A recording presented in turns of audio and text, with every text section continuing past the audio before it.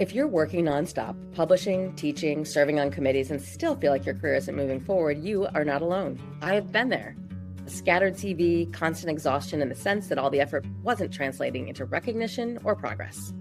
The problem wasn't effort, it was a lack of strategy and alignment. I'm Dr. Stacey Ishman. I work with academic physicians to help them focus their work, build careers with intention, and advance without sacrificing their lives outside of medicine. If you're ready to stop spinning your wheels and start moving forward with clarity, this is for you.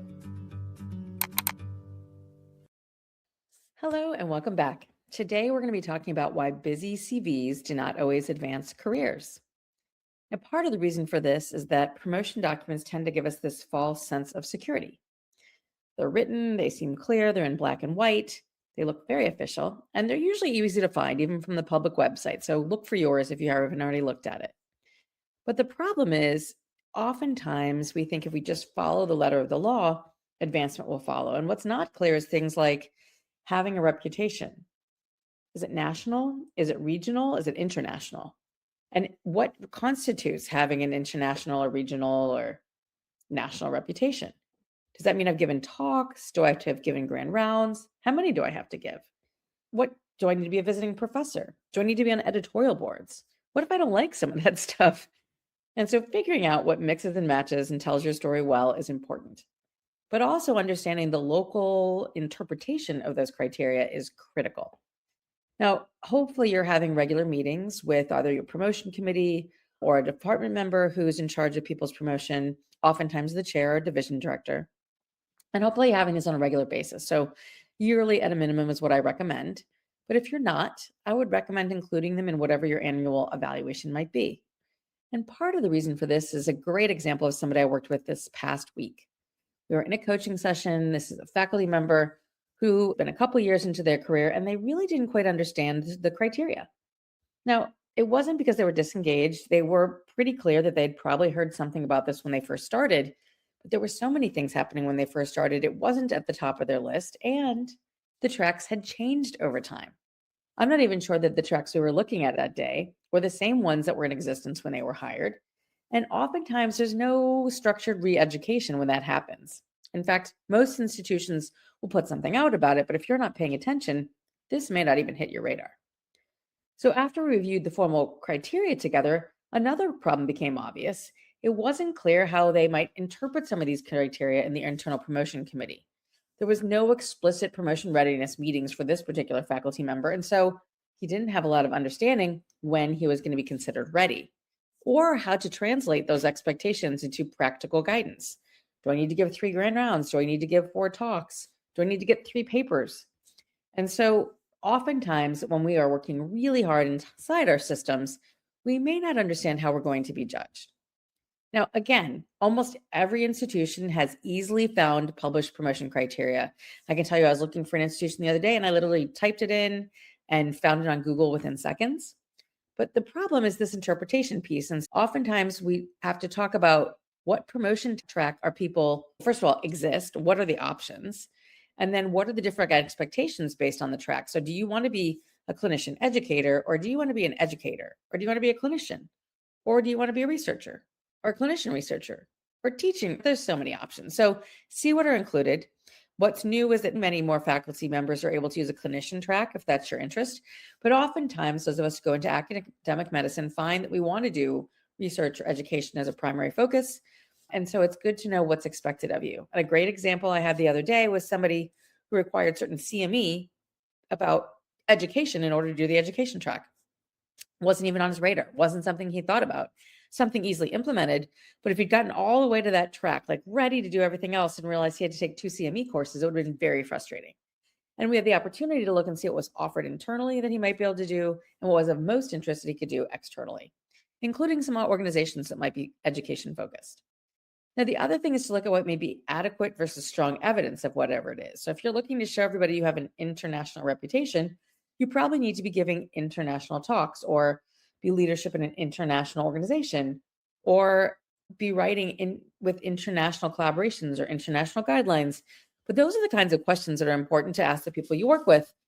And it's just as important when it says that you have a strong reputation. You understand if they mean regional or national, because depending on the institution, some associate professors need a national reputation at one place and an international to be a full professor, and another place only needs you to be regional for an associate professor and national for a full. So know what your criteria are and how your committee is going to interpret that ambiguity. And the best way to do that is by asking and going through the criteria and understanding what's going to work, and then maybe even asking for some examples so you can see what does it look like to have a CV that was a strong application for whatever promotion you're going up for.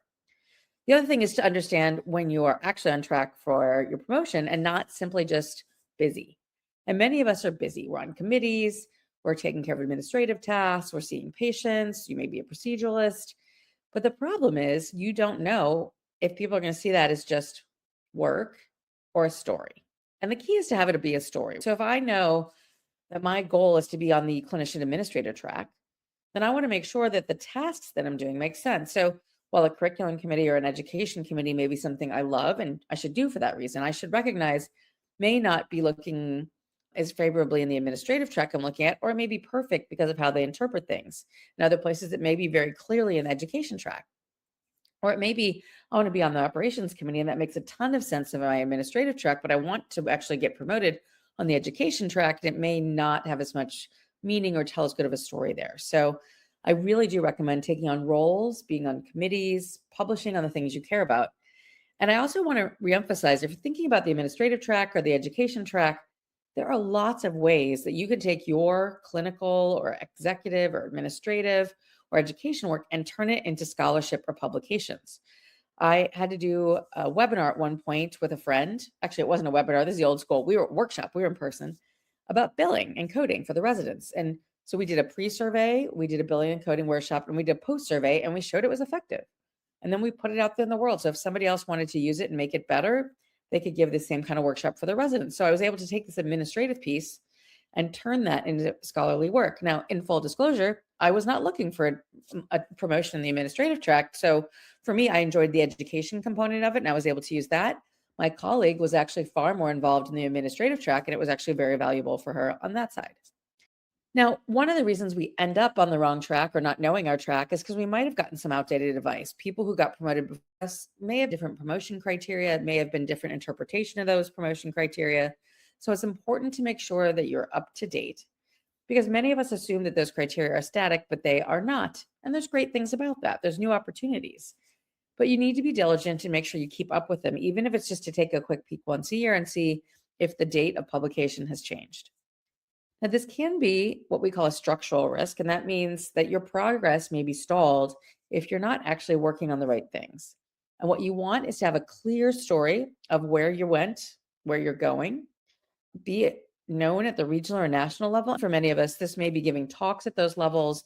Being invited on panels is even stronger. Being a keynote speaker is really strong. Being invited to be like a grand round speaker or visiting professor, also very strong and shows our national reputation or regional, depending on where you're doing those talks.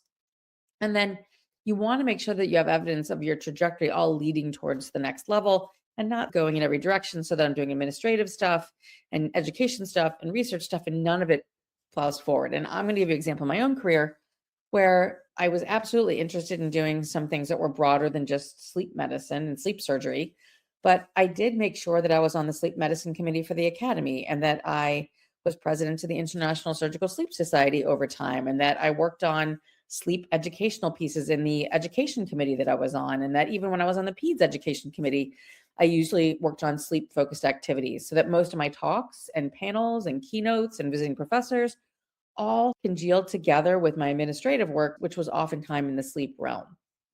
Now, the other thing to keep in mind is if you're not getting feedback, it's really easy to get misaligned. So if it's not built into your system, I do recommend that you ask for it. This is the best way to find out what's happening. And oftentimes you can start with your division chief or your chair, and they can say whether it's them or point you to somebody who might be very intentionally selected to help take care of faculty and their promotion questions.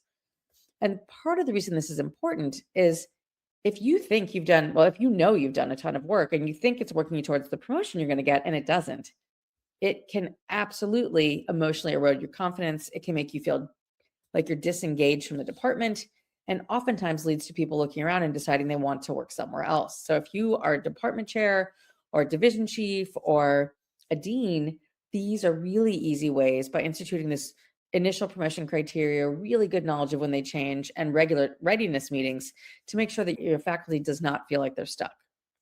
Now, when we think about how promotion decisions are actually interpreted, I want you to know that promotion committees do not see your effort. They do not simply confirm checkboxes. They look at patterns. So they want to see a coherent narrative. This makes sense. Why did they do this? Why did they go on to that? Why did they publish this? They want to see evidence of that impact, whether it's regional or national or international, depending on your rank and your track. And they want to see that sign of your trajectory, of your movement over time and growth in your scope and influence and leadership, which can be seen on paper, and then alignment between their criteria and your outcomes. And it's not just about volume, it's about intentionality and making sure that your audience understands you've had increased responsibility, you've had expanded reputation, you've had increased number of requests or asks to be speaking in a different area, and that momentum is marching in the direction for the rank that you're looking for. So I do have another example. I had a mid-career faculty who came in worried they were falling behind and their CV was packed. They had been doing a million things. They were so productive. Their annual reviews were great. Their chair loved them. Their division chief loved them. I think the janitor probably loved them. They looked amazing. But their CV met like lots of different written criteria, except not all in one track. And so when they looked, they just couldn't see like how they could fit ahead, because they had research and they had education and but it wasn't all in a way that you could tell the story. And so as they worked through that situation, three things clear: that they were on a different promotion track than they even realized. And that may be because it changed since they started, but that the criteria they'd been working towards was outdated. It wasn't anymore. They'd created more tracks, which sounds like more opportunity, but also sliced and diced things a little differently. And then no one had ever explicitly talked to them about promotion readiness. So once we clarified the current tracks and their expectations for that regional versus national, which they were great at actually, and we knew what the promotion committee was going to look at, the problem shifted. It was not that they were behind, but they were misaligned. And so it was more important for us to figure out which things to get rid of and which things to work towards, so that they understood what was going to get them promoted, since that was the goal at the time. I also want to be clear, you can do plenty of things that are not going to get you promoted as long as you enjoy them and find meaning in them. And so you want to map those kinds of things to make sure they fit your values. And if you don't know what that means, please feel free to reach out. I'd be happy to explain it. But if you're a faculty member, don't assume you're being evaluated by the criteria you remember. So I'm going to say, look and see what the current promotion tracks are and figure out which one you're on. Almost always you can Google this. Figure out how your institution defines impact. Is it national, regional, or international at the rank you're looking at? Understand what your trajectory looks like in a successful recent promotion. Get an example. And then look and see where your work is aligned or not aligned with being able to meet your goal of getting promoted. Because if the answer is unclear, it's usually a system issue and not a personal failure. So let's look at the system.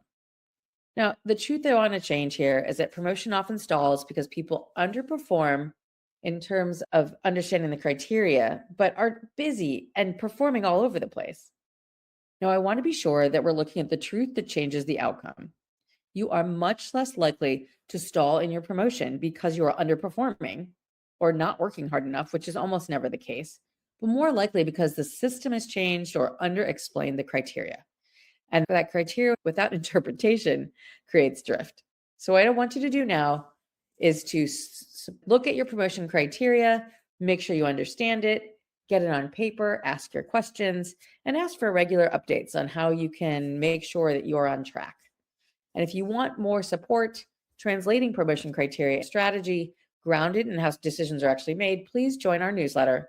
And please join us by subscribing to either the podcast or YouTube or wherever you're listening or seeing this. And then also please share it with a friend and rate and review, because we really appreciate getting this in front of more eyes. Thank you so much.